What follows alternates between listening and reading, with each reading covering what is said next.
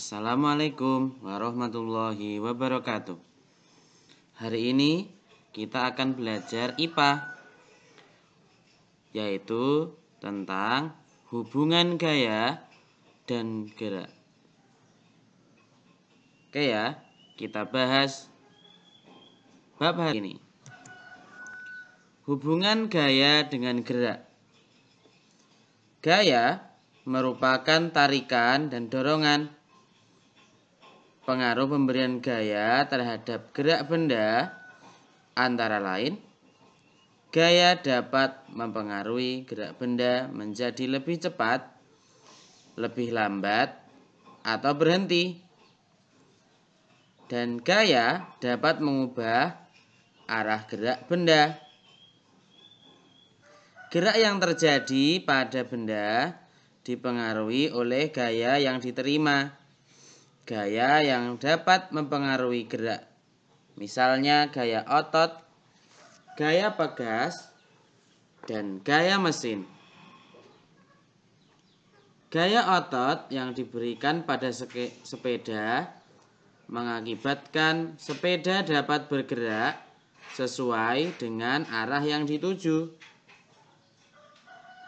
Aktivitas menarik maupun mendorong merupakan pemberian gaya yang mengakibatkan benda bergerak.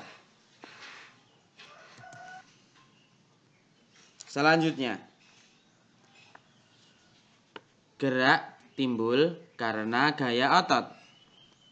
Gaya otot merupakan gaya yang dihasilkan oleh kontraksi memendek dan relaksasi atau memanjang otot.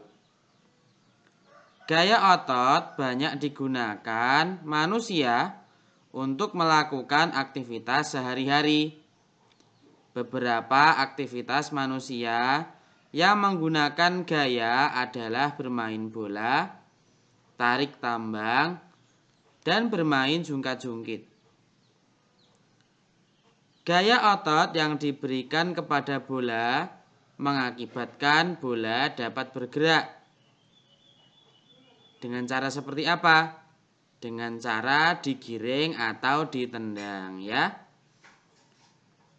Terus selanjutnya adalah jungkat-jungkit, dimainkan dengan memberikan gaya, ya, gaya dorong sehingga kamu dapat naik dan dapat turun. Gaya otot digunakan dalam permainan tarik tambang. Tim yang memiliki gaya tarik yang lebih besar dapat menarik tim lawan bergerak hingga melewati garis. Siapa yang di sini pernah main tarik tambang? Menang atau kalah? Yang jelas, yang lebih kuat adalah yang menang. Oke ya, kita lanjutkan. Gerak timbul karena gaya pegas. Gaya pegas merupakan gaya yang timbul akibat adanya dorongan atau tarikan terhadap benda-benda elastis. Benda elastis adalah benda-benda yang dapat berubah bentuk saat diberi gaya dan kembali ke bentuk semula saat gaya dihilangkan. Ketika kamu melompat di atas trampolin, tubuhmu memberikan gaya dorong kepada trampolin. Sudah tahu trampolin ya?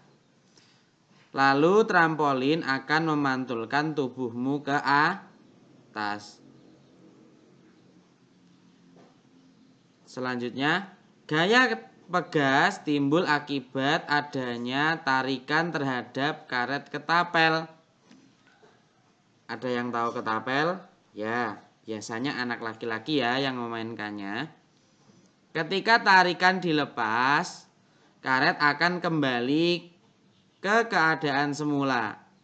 Saat itu juga terjadi dorongan oleh karet kepada batu sehingga batu dapat terlontar jauh. Semakin kalian menarik karetnya, maka nanti setelah dilepaskan maka lontaran batu pada ketapel akan semakin jauh. Selanjutnya, kasur jenis spring bed dilengkapi dengan pegas pada bagian dalamnya sehingga terasa membal saat digunakan tidur. Oke, selanjutnya. Gerak timbul karena gaya mesin. Gerak juga dapat ditimbulkan oleh gaya yang dihasilkan mesin. Gaya yang dihasilkan mesin dapat berupa tarikan atau dorongan. Misalnya, pesawat ulang-alik yang diluncurkan ke ruang angkasa menggunakan gaya dorong dari roket untuk melawan gaya gravitasi bumi. Selain pesawat ulang-alik, gerakan yang dapat timbul dari gaya mesin antara lain helikopter, mobil, dan kapal laut.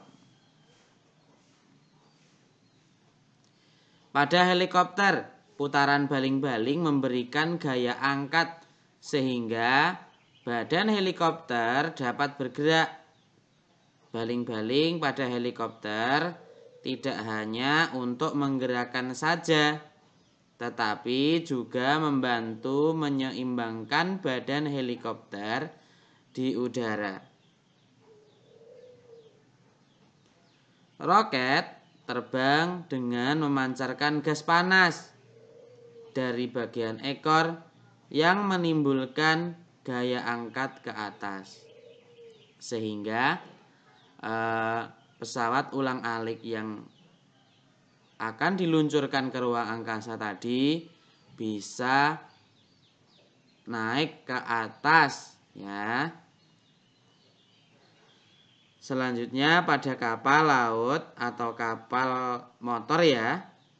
Putaran baling-baling mendorong massa air di belakang kapal sehingga kapal pun bergerak maju.